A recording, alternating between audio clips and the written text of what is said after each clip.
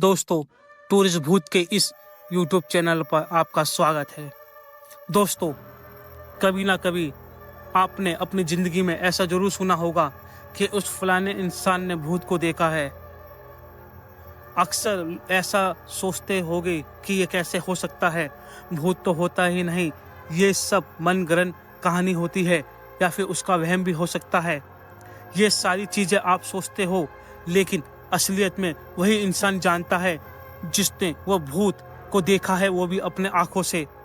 उसके साथ उस समय क्या हुआ था, जब किसी भी इंसान के रूबरू एक नेगेटिव एनर्जी आती है तो वो आपके दिमाग को पूरा हिला कर रख देती है। आप उसके अलावा किसी और चीज़ के बारे में सोच ही नहीं सकते।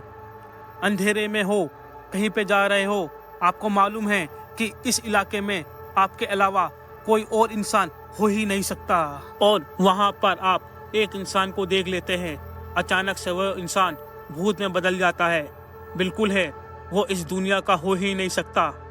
ये जो फीलिंग है आपको अभी शुरुआत में इसलिए आ रही है क्योंकि गुजरात के राजकोट में एक ऐसी ही प्रेतात्मा है जिसे देखा गया था एक इंसान के जरिए नहीं, बहुत सारे इंसानों ने देखा था उसको। लेकिन इस प्रेत आत्मा की कहानी है वो बाकी सारी प्रेत आत्माओं की कहानी से बिल्कुल अलग है, डिफरेंट है। इसका इतिहास जो है वो सुनने के बाद कोई भी इंसान कांप उठेगा, और इस वीडियो को देखने के बाद भी आप कांप उठेंगे।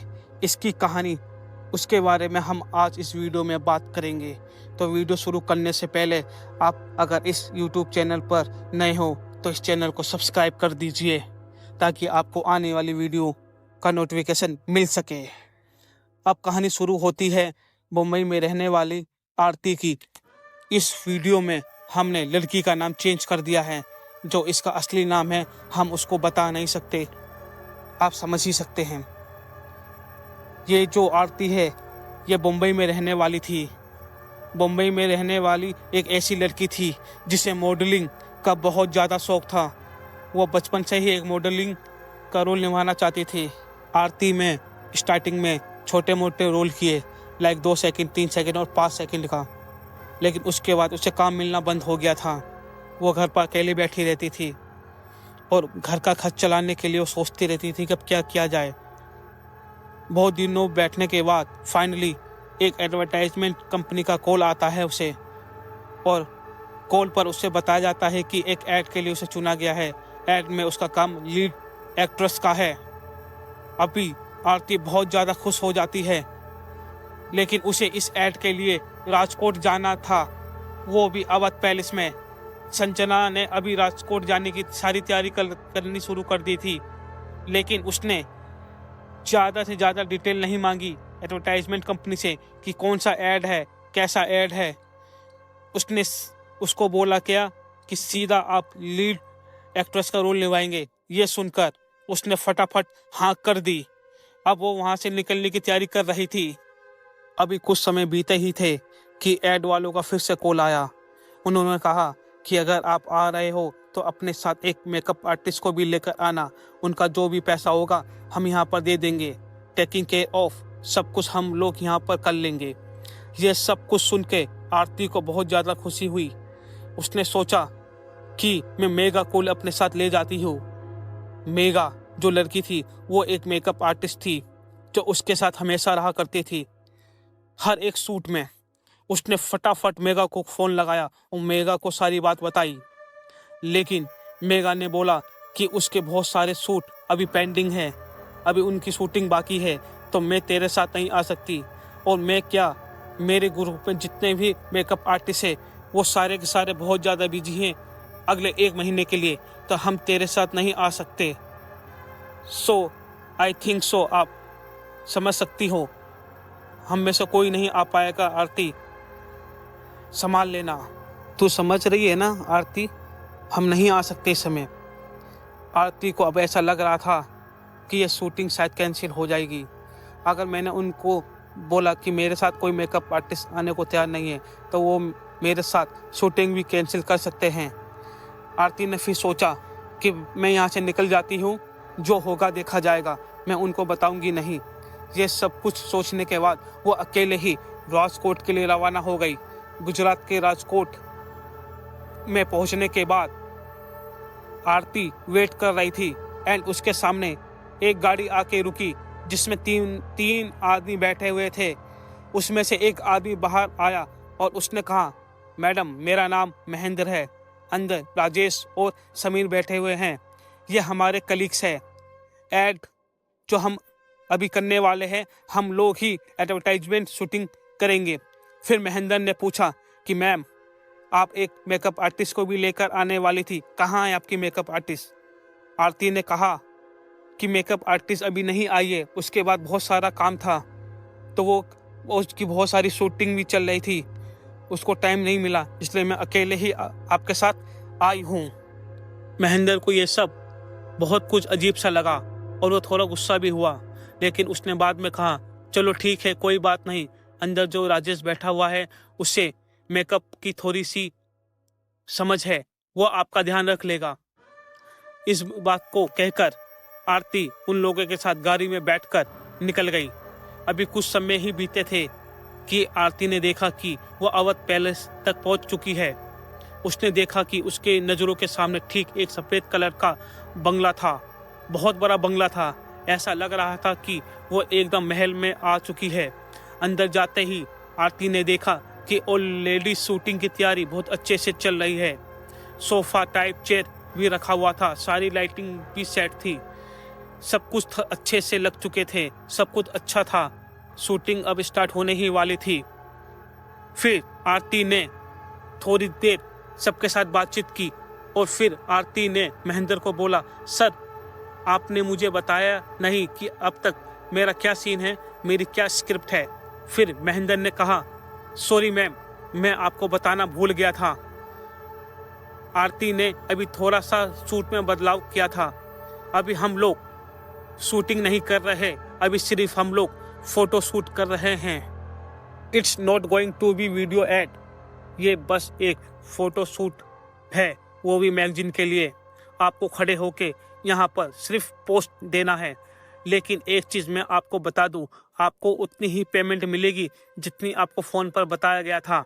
आरती भी बहुत ज़्यादा खुश हो गई थी कि अब फाइनली मुझे इतना काम नहीं करना पड़ेगा और ऊपर से शूटिंग भी नहीं होगी, छोटी सी ही शूटिंग वो है, वो भी फ़ोटो की, और मैं जल्दी जल्दी काम करके फ्री हो जाऊंगी। फिर उसके बाद उन्होंने काम करना थोड़ा थोड़ा चालू किया। वो पोस्ट दे रही थी, थोड़ी बहुत फोटोज भी क्लिक की। फिर महेंद्र ने कहा कि यार मज़ा नहीं आ रहा है इसमें, और ये मैगजीन का है तो आपको थोड़ा सा उस किस्म का पोस्ट देना चाहिए। फिर उसने ट्राई किया थोड़ा वैसा सेक्सुअल टाइप का पोस्ट देने के लिए, लेकिन स्टिल उससे हो नहीं रहा था। महेंद्र ने कहा कि एक काम करो राजेश, आप जाके जरा उसकी मदद करो। फिर राजेश आरती का हाथ लेकर उसे पोस्ट करवा रहा था। थोड़ी देर तक राजेश वही ट्राई करता रहा, लेकिन पोस्ट अच्छे से नहीं हो रहा था। फिर समीर ने कहा, नहीं राजेश, इसने जो कपड़े पहने हैं मुझे नहीं लगता ये ज़्यादा प्रॉपर है, इसी की वजह से पोस्ट अच्छे से नहीं आ रहे हैं, इस कपड़े को चेंज करवा दीजिए। फिर जो महेंद्र था उसने कहा कि चलो ठीक है, हम लोग जो कॉस्ट्यूम लेके आए हैं उन्हीं में से आप इसे कोई एक दे दो। फिर आरती ने कहा चलो ठीक है, ये भी कर लेती हूँ। उसके दिमाग में बस यही चल रहा था कि मेरे को जल्दी से जल्दी ये काम कंप्लीट करना है। उसने कॉस्ट्यूम लेके अंदर चेंज करने गई। उसने कॉस्ट्यूम को देखा, कॉस्ट्यूम बहुत ज़्यादा बोल्ड थे। फिर भी उसके दिमाग में यही चल रहा था कि जाने दो, अभी कुछ समय की ही तो बात है, जल्दी जल्दी कर लूँगी ख़त्म और यहाँ से निकल जाऊँगी। संजना ने सोचा कि काम ख़त्म होने के बाद कुछ एक्स्ट्रा पेमेंट की भी बात कर लूँगी। फिर वो कपड़े बदलने के लिए निकल गई। जब वो कपड़े बदल के बाहर आई तो वहाँ पर देखा तो कोई भी नहीं था। वो तीनों लोग भी वहाँ पर नहीं थे, कोई भी आदमी मौजूद नहीं था, पूरी जगह खाली थी। आरती उन तीनों को ढूंढने लगी लेकिन वो नहीं मिले। फिर अचानक से सिर के पीछे किसी ने एक रोड मारी और संजना वहाँ पर गिर गई। थोड़ी बहुत वो होश में थी, 20-25-50%। फिर वो लोग संजना को घसीटकर एक रूम में ले गए। और उन तीनों ने आरती के साथ बहुत गंदे तरीके से उसका रेप किया, बहुत ज़्यादा नापाक हरकतें की। एक एक करके तीनों ने आरती का रेप किया, जो मैं आपको बता भी नहीं सकता। किसी को ऐसा नहीं करना चाहिए, ये तो सिर्फ एक हैवान ही कर सकता है। ये सारी हरकतें उसके साथ हो रही थी और वो चिल्ला रही थी, मना कर रही थी, लेकिन आरती की आवाज़ कोई भी नहीं सुन रहा था। फिर जैसे तैसे कर कर आरती उन तीनों से अपनी जान बचा के बाहर निकली। वो ऑलमोस्ट उस बंगले से बाहर निकल ही गई थी। फिर महेंद्र ने अपनी जेब से एक माचिस निकाली और राजेश और समीर को बोला कि जाओ उसे पकड़ कर लेके आओ ताकि मैं उसे जिंदा जला सकूं। वो दोनों भाग कर गए और उसे पकड़ लिया और उसे घीस कर घसीट कर फिर बंगले में लेकर आए और सबसे ज़्यादा शर्मनाक हरकत करी, आरती को जला दिया ताकि किसी को इसके बारे में पता ना लग सके। आरती आग में जल रही थी, चिल्ला रही थी, रो रही थी, लेकिन उसकी मदद के लिए कोई नहीं आया। उसकी आवाज़ को किसी ने भी नहीं सुनी। आरती जलकर राख हो गई थी बिल्कुल। और फिर किसी और को इसके बारे में पता ना लगे, आग बहुत ज़्यादा फैल रही थी आसपास। आरती की आवाज़ इतनी ज़्यादा अभी भी गूंज रही थी उस बंगले में, मानो कोई अभी चिल्ला रहा हो इस समय। उन दोनों को ऐसा लग रहा था कि अभी बहुत ज़्यादा रात हो गई है और हमें यहाँ से निकल जाना चाहिए। अगर हम यहाँ रुकेंगे तो शायद हमें कोई देख सकता है और इसके बारे में पता लगा सकता है, तो हमने यहाँ से निकल जाना चाहिए। वो तीनों उसी रात को वहाँ से निकल गए और उन्होंने देश को छोड़ दिया। लेकिन आरती देश तो क्या, उस बंगले को छोड़ नहीं पाई। उसके बाद वो जो बंगला था पूरी तरीके से खंडर में बदल गया। अब वहाँ पर कोई आता जाता नहीं, वहाँ पर सिर्फ आरती की आत्मा घूमती रहती है उन तीनों से बदला लेने के लिए। अगर कोई भी इस बंगले की दीवार को चढ़ने की कोशिश करता था तो उसकी तरफ से हमेशा एक ही चीज़ सुनने को मिलती थी कि हम इस बंगले की दीवार को चढ़ते हैं, उतरते हैं, लेकिन ऐसा लगता है कि अंदर से चीखने चिल्लाने की आवाज़ आती है, जैसे कि अंदर कुछ तो बहुत ज़्यादा गलत हो रहा है। कोई तो लड़की चिल्ला रही है, हमसे मदद मांग रही है, लेकिन फिर भी अंदर से ऐसा होता है कि हमें अंदर नहीं जाना है। हमारा मन कहता है कि हमें अंदर नहीं जाना चाहिए। ये इंसान नहीं, ये कोई रूह है। चाहे आधी रात हो या दिन हो या सुबह में, कोई भी उस बंगले में अब जाता नहीं है, क्योंकि सबको यहाँ के इतिहास के बारे में बहुत अच्छे से पता है। यहाँ पे कोई तो लड़की मरी थी, बहुत दर्दनाक मौत हुई थी उस लड़की की। और ये जो बंगला है, अभी कोई भी प्रॉपर्टी ओन नहीं करता। ये प्रॉपर्टी बिल्कुल खाली है, सरकार के अंडर में है, कोई भी इस बंगले का मालिक नहीं है। यहाँ पे पेट्रोलिंग भी होती रहती है, पुलिस को पेट्रोलिंग करनी पड़ती है ताकि कोई भी अनजान आदमी इस बंगले के अंदर ना जाए। हो सकता है उस अनजान आदमी की मौत भी उस बंगले के अंदर हो सकती है, इसलिए दिन रात 24 घंटे पुलिस वाले यहाँ पर पेट्रोलिंग करते रहते हैं ताकि कोई अंदर ना जाए। लेकिन आरती की जो रूह है वो पक्का यहाँ पर भटकती है। इन लोगों को उससे बचना चाहिए, लेकिन कुछ और लोग हैं जो ये कहते हैं आरती की जो रूह है वो यहाँ पर भटकती है सबको प्रोटेक्ट करने के लिए। ऐसा प्रोटेक्ट कि मेरे साथ जो गलती हुई वो किसी और लड़की के साथ ना हो। दूसरी लड़कियों की हेल्प के लिए वो यहाँ पर आधी रात को भटकती है। दोस्तों, इस लड़की ने पहले ही लोगों को दूर रखा है और बता रखा है कि इस जगह से दूर रहो। उसने अपना ऐसा खौफ बना रखा है कि इस बंगले के आसपास कोई भी, चाहे दिन में या रात में, आता भी नहीं है, या फिर यूं कहे कि कोई भी भटकता नहीं है आसपास इस बंगले के। आज मैं इस वीडियो के अंत में बस इतना ही कहना चाहूँगा कि बहुत ज़्यादा लोग इसे इग्नोर करेंगे।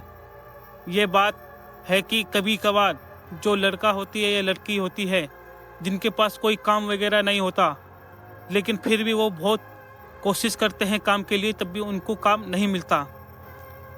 और ऐसे लोग ऐसे ही यंगस्ट को टारगेट करते हैं जो फ्रॉड होते हैं।